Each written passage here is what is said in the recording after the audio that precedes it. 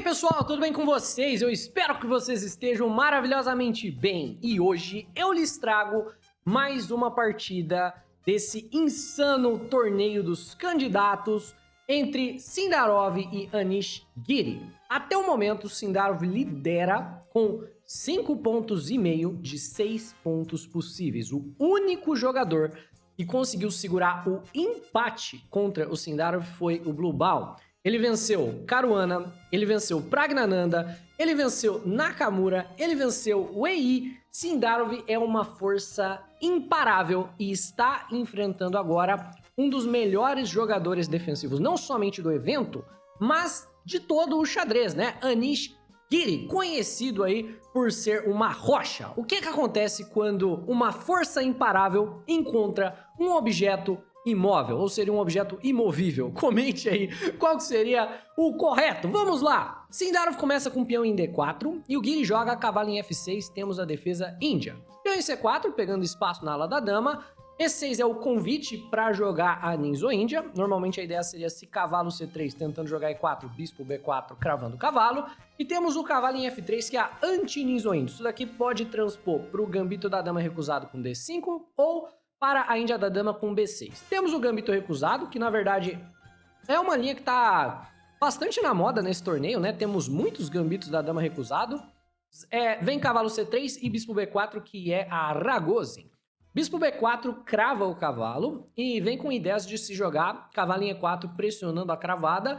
Vem bispo G5 por parte das brancas cravando o cavalo para evitar cavalo E4 e H6 você tem que tomar o cavalo justamente para evitar o cavalo E4, né? Se você joga bispo em H4, natural que seja, leva aqui peão em G5, bispo G3 e cavalo em E4. E aí temos uma pressão em C3 enorme, que quando defendida, por exemplo, com dama C2, vai virar H5, ideias de prender o bispo. Se você mexer o peão de H, cavalo por G3, regaça a sua estrutura de peões na ala do rei. Por consequência, quando vem o H6 do Giri, bispo por cavalo é mais ou menos forçado, né? Dama toma por parte do Anish e E3, segurando o peão de C4. O Giri faz o roque, vem torre C1 para que, caso o bispo por cavalo seja jogado, você tome de torre, não debilitando a estrutura de peões.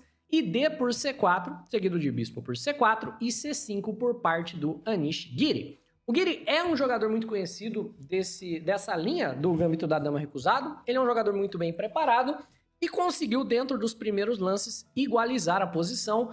Por exemplo, se o peão de C5 for capturado, nós já teremos uma estrutura de peões simétrica, o que significa, na verdade, uma posição muito empatativa. Você vê, se por exemplo a gente joga peão toma e vamos imaginar que o Giri tome de volta, você tem 4 peões aqui para ambos jogadores na ala do rei, 2 peões para ambos na ala da dama e não tem nenhum ponto de assimetria, não tem nenhum ponto que um jogador tenha e o outro não. Por consequência, isso seria uma posição que nós consideraríamos muito empatativa. Por consequência, o Sindarov faz o roque e quando o Giri captura o peão, o Sindarov, na verdade, para manter o jogo assimétrico e ter chances de ganhar, ao mesmo tempo que ele tem chances, é claro, de perder também, se você mantém o jogo assimétrico, você, é claro, tá correndo o risco de perder o jogo, o Sindarov joga cavalo em E4, com o tempo na dama, dama em E7, e ele pode manter aqui a estrutura de peões dele sem nenhuma fraqueza, caso ele queira tomar de dama ou tomar de cavalo, mas ele escolhe tomar de peão, que é uma decisão extremamente arriscada. Porque quando você toma de peão, você assume aqui uma fraqueza posicional de longo prazo, que é o peão da dama isolado. Esse peão é muito forte, mas ao mesmo tempo é muito fraco. Ele é muito forte porque ele é um peão central, que tá pegando espaço, tá evitando C5, tá criando essas casas para os cavalos, mas ele é muito fraco porque ele é um alvo de longo prazo, né? Ele é um peão isolado, tem que ser defendido por peça, e por consequência é algo que as pretas naturalmente vão jogar para ameaçar. Vem torre em D8 por parte do Giri pressionando o peão, dama na casa de E2 por parte do Sindarov, é claro, saindo da mira da torre, e nessa posição o Giri, fora de preparação, pensa durante 20 minutos. É uma das, enfim, claras vantagens aí que o Sindarov está apresentando, uma das suas forças o Sindarov apresenta durante esse evento, é que ele é um jogador muito bem preparado, ele sempre fica melhor no tempo, ele sempre pega os adversários na preparação. O Giri aqui, depois de muito refletir, decide jogar cavalo C6. Então, 20 minutos no relógio, preste atenção nisso. Cavalo C6 ameaça o peão da dama isolado e, claro, o Sindarov joga a torre D1, defendendo aqui o peão e preparando o avanço. E aqui, bispo em A5 é jogado por parte do Anish Giri para sair dos tempos aqui dos lances de peão e também tendo em vista que esse bispo não faz tanto na casa de B4 depois que o cavalo veio para E4. E o Sindarov decide jogar bispo na casa de B5, ameaçando aqui o cavalo e ameaçando ganhar um peão. Claro, bispo D7 desenvolve e defende, e cavalo C5, lembra que eu falei que esse peão da dama isolado é fraco e forte ao mesmo tempo? Esse lance é um lance que o peão, por exemplo, habilita, né? Defende esse posto para o cavalo, pressiona o bispo, pressiona B7, então bispo em E8 para sair da mira, é claro, do cavalo e para que a dama possa defender o peão de B7. Mas aqui o Sindarov joga peão em D5, se livrando da sua fraqueza e jogando, na verdade, para pressionar B7. Tudo isso está sendo jogado muito rápido, então dá para ver que foi o cálculo feito pelo Giri quando ele demorou para jogar o cavalo C6, porque agora ele está jogando o restante dos lances de maneira semi-instantânea. E dá para ver também que o Sindarov ainda está na sua preparação. Com a troca do peão de D pelo peão de E, voltamos a uma posição teoricamente simétrica, isso se, né, o peão de B não caísse na sequência. Por quê? Peão toma D5, dama toma dama, é claro, cavalo por E7 e cavalo por B7. Joga o Sindarov bagunçando completamente a posição. Quem acabou ficando com o peão isolado foi o Giri, que ficou com o peão aqui na casa de D5. O bispo tá caindo em B5, mas o bispo do Giri também tá caindo em A5. O cavalo tá ameaçando a torre, ou seja, entramos aqui no lance de número 19, em uma posição extremamente complicada, onde você tem que considerar uma série de ideias diferentes.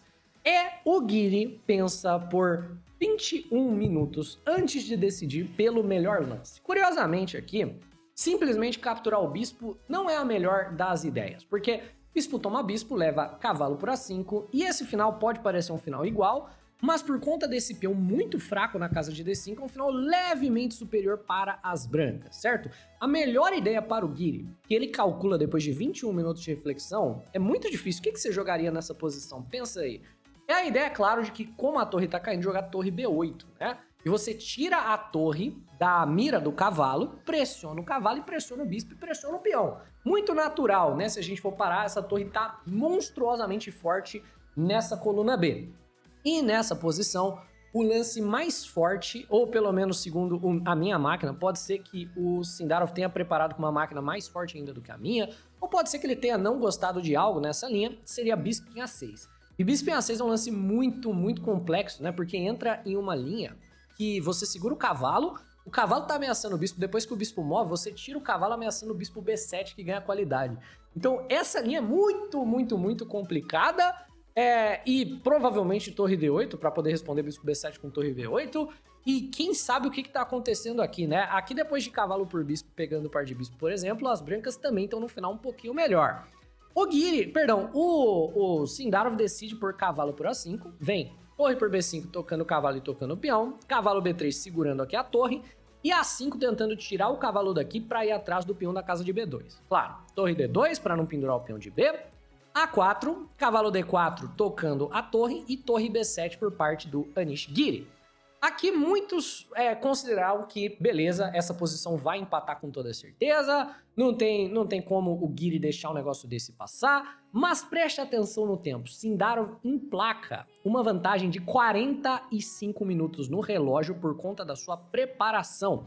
E o Sindarov é um jogador que tem um plano muito mais óbvio, que é o plano de ir atrás do peão de D e utilizar das colunas abertas, né, enquanto o Giri está pressionando uma coluna semi-aberta. Então, esse fato faz com que essa partida, que deveria obviamente terminar no empate, não seja tão simples assim, não é? Na verdade, são vários fatores. Vem o H3 gerando um respiro para o rei por parte do Sindarov, torre B8 ameaçando o peão e B3. Peão toma, o peão de B3 é um alvo de longo prazo, mas o cavalo o segura, certo? F6 do Giri tentando ativar o rei, e nessa posição vem uma ideia muito legal por parte do Sindarov, peão em G4, na verdade. Liberando a casa de G2 para manobras de cavalo potenciais no futuro, certo? E o G4 também libera para você pegar espaço na ala do rei e começar a avançar o rei, quem sabe? Vem o H5 do Guiri tentando fragilizar a estrutura, excelente lance. Cavalo E1, certo? Visando ou o cavalo D3, ou o cavalo G2 e depois cavalo E3, quem sabe? Peão toma e cavalo G6 do Guiri querendo entrar em E5. F3 segura o peão de G, cavalo E5 e rei F2 segura o peão de F. Vem G5 do Anish Giri fixando a estrutura de peões. Cavalo D3 não, na verdade, propondo uma troca de cavalos, você jamais poderia capturar o cavalo de D5, senão o peão toma de volta chutando o cavalo da casa de D4 e o peão de B cai na sequência, mas pressionando no longo prazo. E aqui bispo em D7 joga o Anish. Nessa posição, parece que o Anish está montando aqui uma fortaleza, mas a verdade é que o peão de D5 é muito mais fácil de ameaçar, né, do que o peão de B3, porque o cavalo tá bloqueando esse peão, ele tá fazendo um serviço triplo. Ao mesmo tempo que ele faz o bloqueio do peão do Anish Giri, ele também tá controlando todas as casas naturais pelas quais o bispo poderia defender o peão, caso um torre C5 da vida seja jogado, por exemplo. Ele também controla a casa de B5, que seria a ideia do torre B5 ali. E ao mesmo tempo, ele também defende o peão de B3, enquanto o Giri não tem uma peça que faz esse trabalho tão espetacular com o peão de B, né? Por consequência, ideias de torre C5 são muito perigosas e muito difíceis de evitar. Fique atento a essas ideias. Por hora, o Sindarov joga rei G3, não é um lance que progride muito a posição, provavelmente ele se arrependerá de ter feito esse lance no futuro. Mas a ideia, eu imagino, é que a troca de cavalos não venha com cheque. O Giri decide então, né, como vai vir um torre em 1, alguma coisa do gênero, trocar os cavalos, né?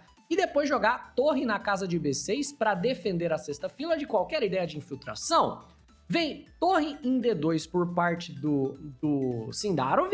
Eu não sei exatamente por que torre em D2 foi jogado. Eu acho que é para que a torre tenha acesso às duas colunas abertas de A2 e H2, ao mesmo tempo que ela sai de uma casa clara que pode ser impactante por conta do bispo, de casas claras do Anish.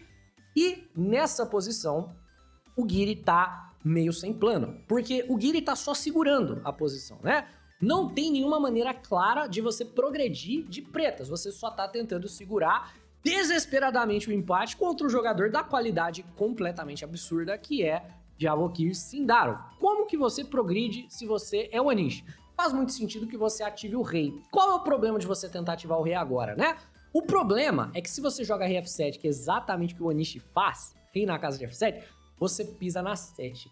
E ideias de torre C7 se tornam ideias muito importantes. Teria sido um pouco mais preciso, curiosamente, rei F8, na ideia de que caso torre C5, torre D6, por exemplo, defendendo, e torre entra na 7ª, você não tá numa puta cravada, né? Você não tá numa situação tão complicada assim, e dá tempo do jogador de preta jogar para contra-jogo com torre B4, tocando o cavalo.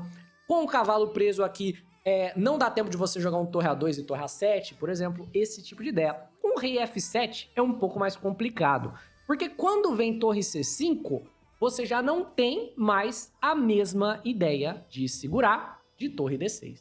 De repente, Anish Giri tá numa situação complicadíssima com 14 minutos no relógio. Por que que não tem torre D6, né?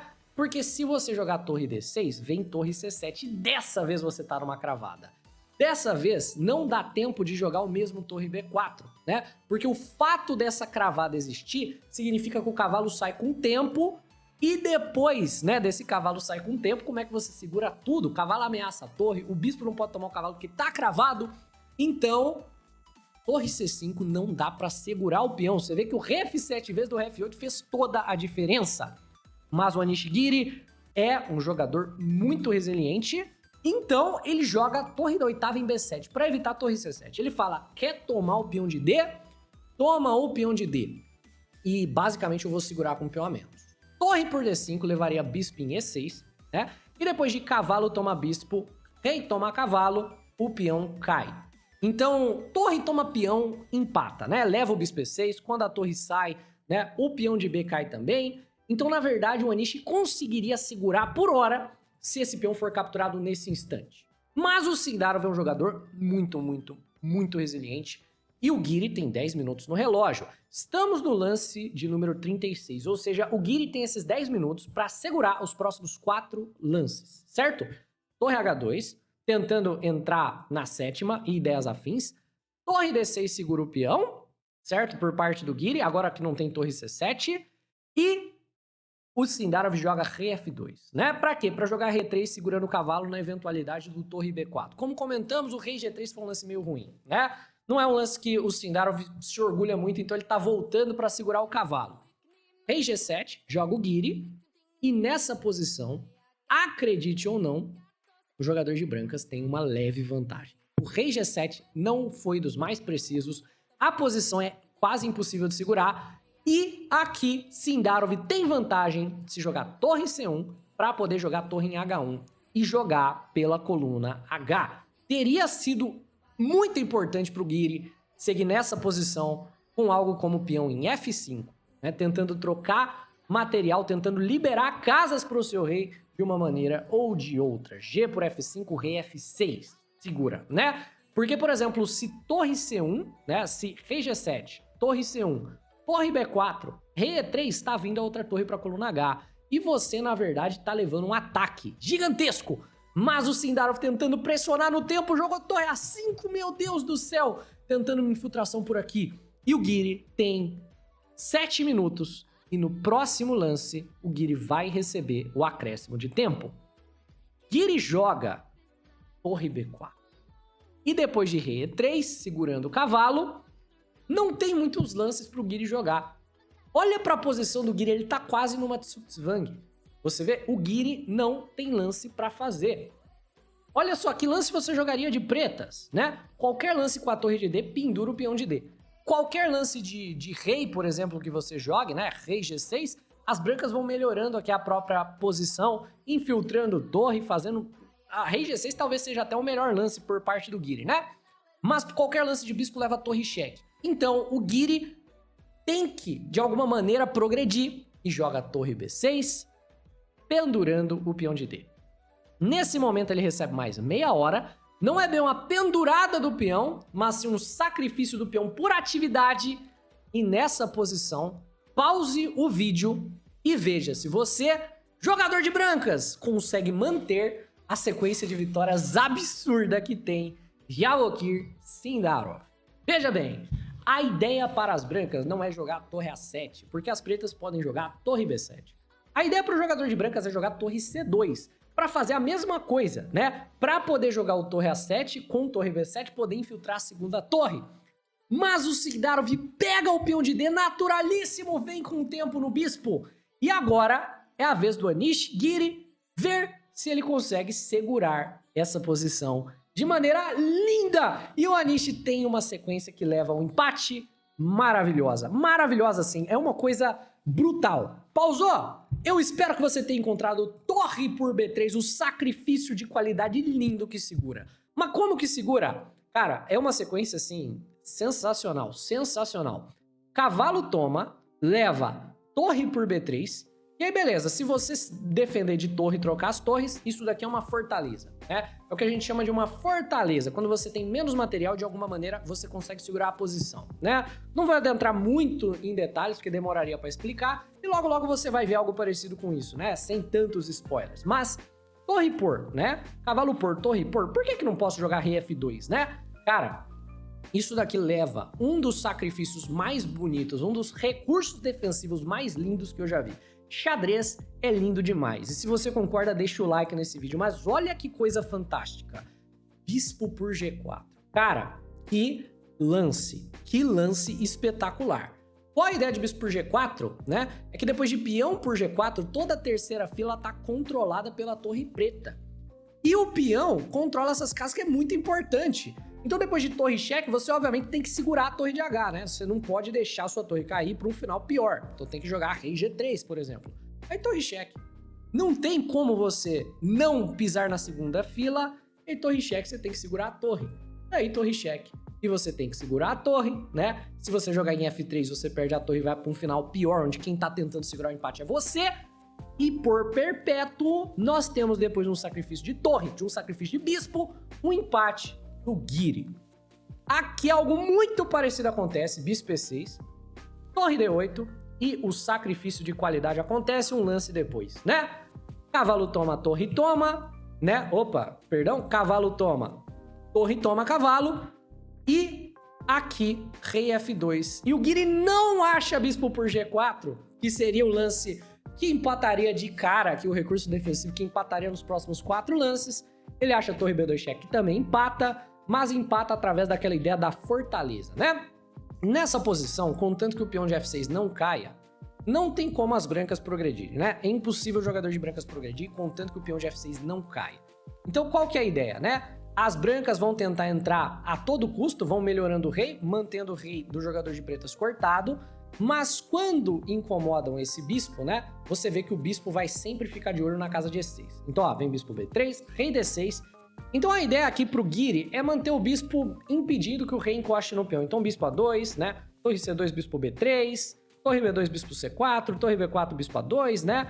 E o Sindaru vai tentando gerar recurso. Ele tenta gerar a ideia de torre em F5, certo? E F4, mas no momento que o torre em F5 é ameaçado, se joga rei F7. A ideia é responder torre em F5 com bispo E6, né? Tirando a torre dali, ainda não deixando o rei entrar.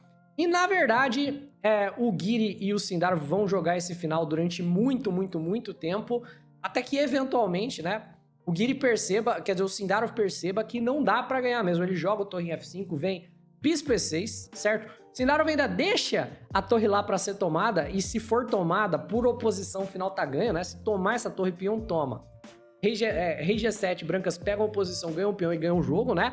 Mas é claro, o Guiri não vai tomar, e essa partida vai para os meus melhores empates, meus 60 melhores empates, o livro que o Guiri tá escrevendo, né? G por F4, torre por F4, rei G7, rei E7, e o Guiri deixa o peão cair com um cheque pra tomar o peão de G. Ainda vem um lance fofo com o tempo no bispo, né? Pra ver se o Guiri tá esperto. Ele estava. Ele ganha o peão de G. E pouco depois nós temos o empate da partida. E o restante das partidas do dia, praticamente todas também empataram, né? Como Caruana também não conseguiu ganhar a dele, e ele é o jogador que estava mais próximo do Yavokir Sindarov, nós temos, na verdade, aí um torneio que segue tendo mais ou menos a mesma classificação. A única partida do dia que não empatou foi a partida maravilhosa do EI jogando contra o Esipenko. É isso, pessoal. Espero que vocês tenham curtido. Se sim, deixa o like no vídeo, se inscreve no canal. Um abraço e até a próxima. Tchau, tchau!